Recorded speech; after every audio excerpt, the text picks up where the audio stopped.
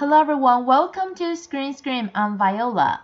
This episode is the last one before Lunar New Year, and today I'm going to talk about movies that I have seen which I think are really good, or movies that I've been looking forward to and haven't been released in Taiwan yet. Let's check out the first new movie I'm going to talk about today. Red Like the Sky. The film is inspired by the true story of Mirko Mincassi, one of the most gifted Italian sound editors working today, who happens to be blind. A small village in Tuscany, 1971.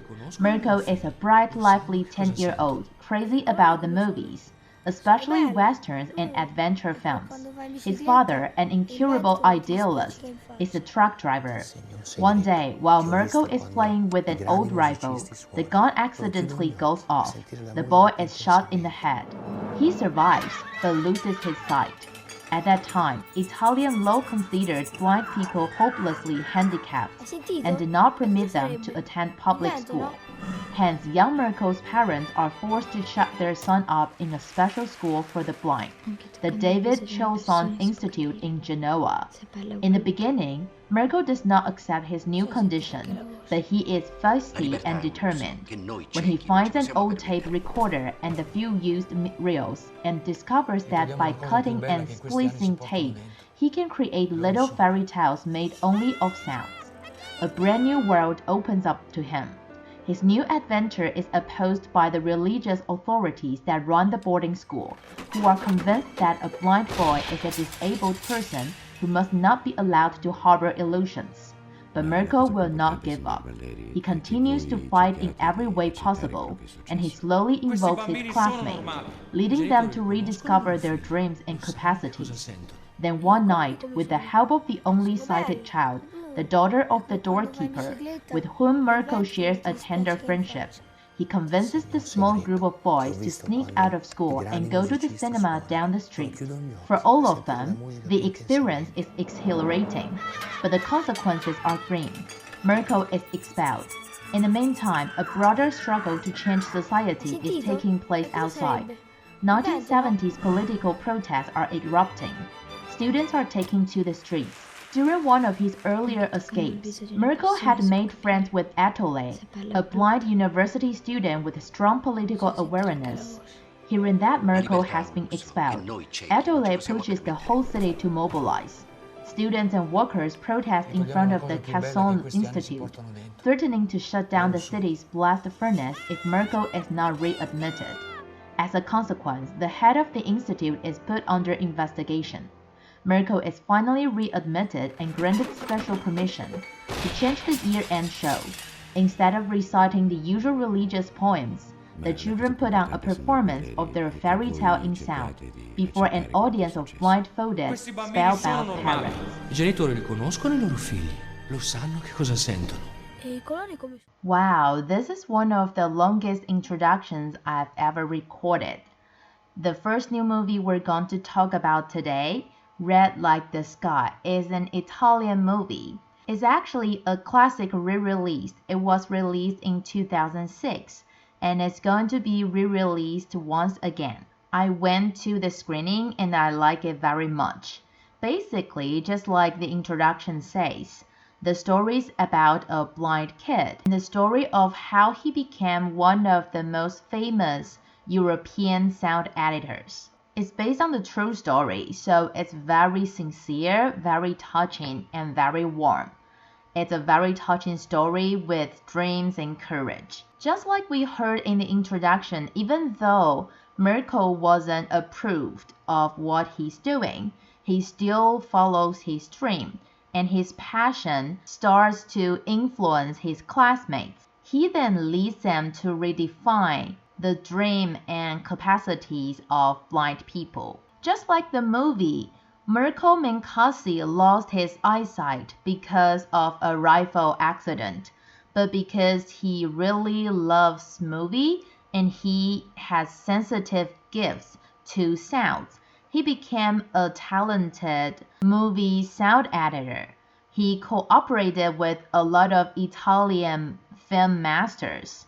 So I personally think this is a very inspiring story. Besides the real story of Mirko Minkasi, the director even involved the social status in Italy in the 70s in the movie. Social movements were very popular at the time. Students and laborers would go on streets to protest against everything that's unreasonable. So basically, the movie Red Like the Sky is telling us that no matter what kind of situation we're in, everyone has the right to pursue our dreams courageously. What I like about the movie is that it perfectly demonstrates how movie sound editors used Foley sound effects in the very beginning of film industry, because at the time we didn't have digital equipment, and Mirko showed how talented he was even when he was still a little boy. Now let's listen to the second new movie we're going to talk about. The first slam dunk. Haunted by the tragic loss of his elder brother, Miyagi Ryota, a teenager from Okinawa, Japan, struggles to grapple with questions about self-worth and life's purpose while immersing himself in basketball, the sport he and his brother shared a passion for. Widely viewed as underdogs, Ryota and his Shohoku High School teammates bravely take on a much more talented squad in their quest for recognition and glory. What lies ahead after their first slam dunk in the uphill fight? The second new movie we're going to talk about today is a Japanese anime, The First Slam Dunk. Actually, I'm not a fan of slam dunk.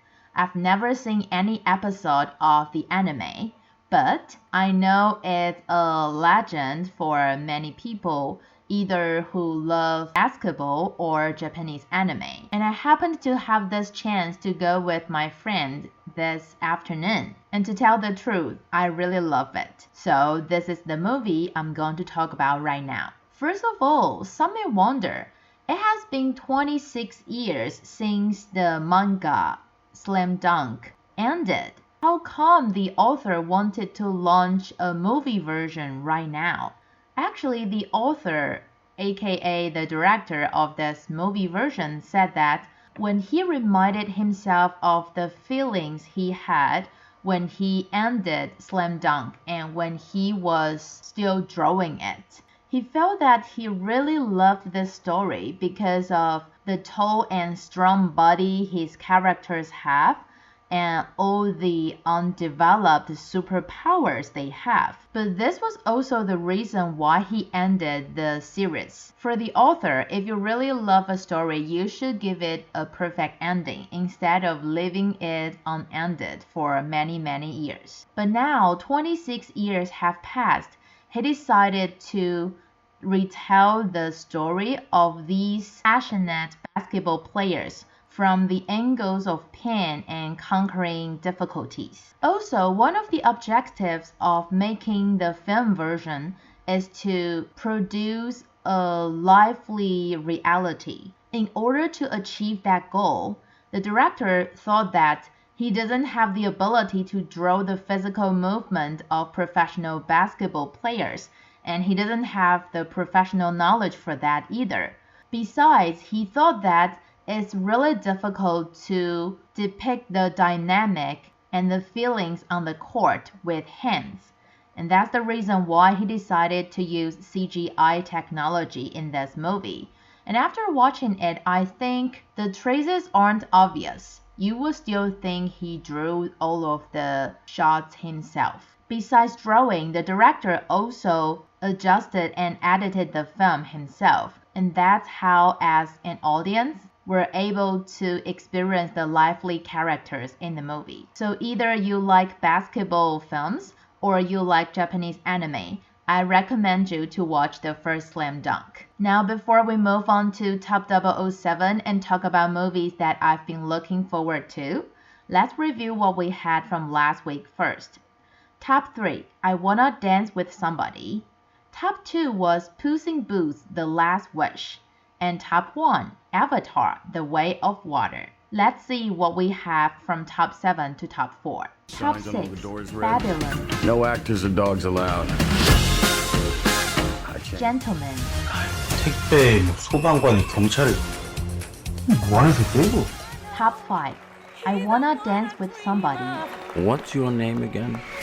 Whitney Elizabeth. Shotgun wedding. Mom, now is not the time. I just want to ask, is that genetics or is it like... Top 4. Black Panther. Wakanda Forever. They called him Cuckoo.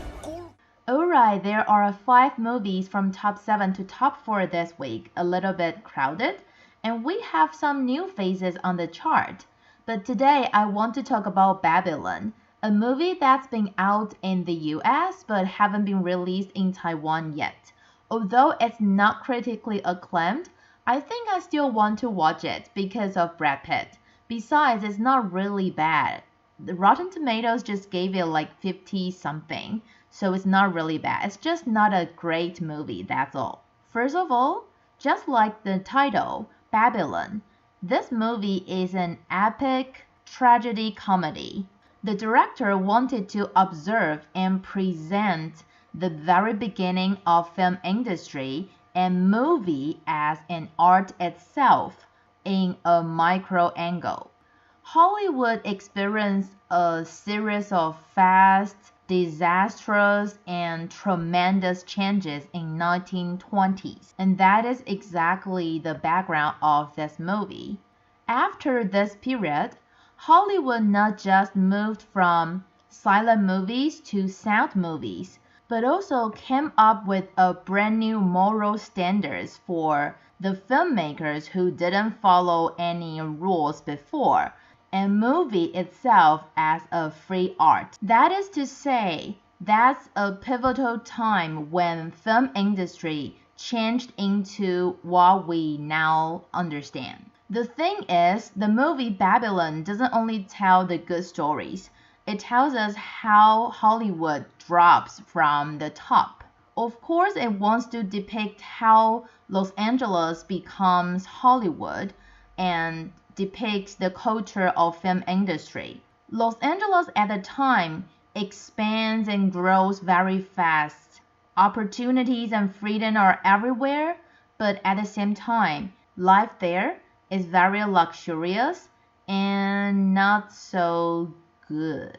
Since the movie wants to explore the real image of that generation in a very exaggerated but more realistic way, drugs and sex would be included. So maybe we will talk more after I go watch Babylon this coming week. And if you also see the movie, feel free to discuss with me. Now it's time for top 3.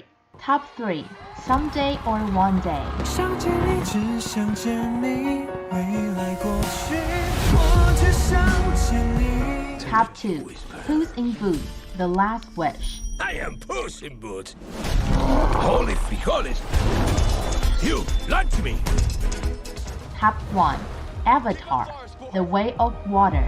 If you want to live here, you have to ride. Let's do it. Since we haven't talked about Someday or One Day, that should be the movie I'm going to talk about. But I didn't watch the TV series and I'm really not a fan of that. I'd like to talk a little bit about Puss in Boots, The Last Wish. If Someday or One Day still stays on the chart for a few more weeks, maybe I will do some research and share something with you. Okay, back to Puss in Boots. Although it's animation, the style of Puss in Boots is Western.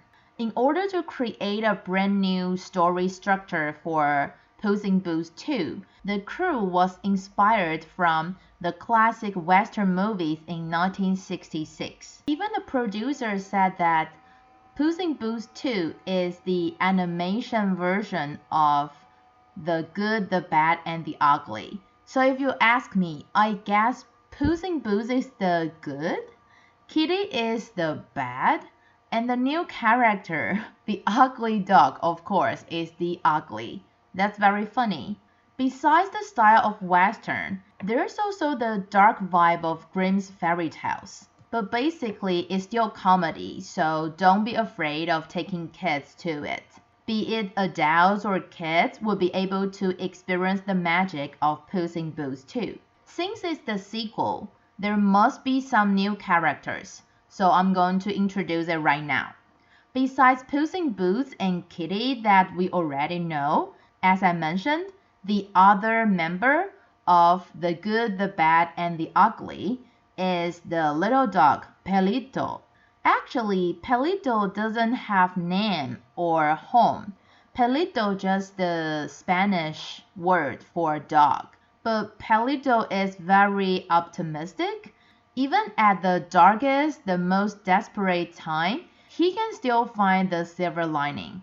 So I guess it is Pelito's pure naive wisdom and his optimistic power make him the best adventure partner for Puss in Boots and Kitty. The funny thing is that Pelito's secret dream is to become a therapy dog. But if you've seen the trailer, you will know that Pelito really isn't a cute dog. So he's been rejected many times because he's too ugly. And because he's a stray dog, he's too smelly. But these two reasons still don't stop him from pursuing this dream. So I guess maybe in the end, he will become a therapy dog. But whether he achieves it or not, we need to find out ourselves at the movie theater. And that's all the time we have for today. Hope you like the movies that I've seen and these two movies that I personally look forward to. Even though it's Lunar New Year next week, I will try my best to stay on time to release the show. So stay tuned and see you next time. Bye bye!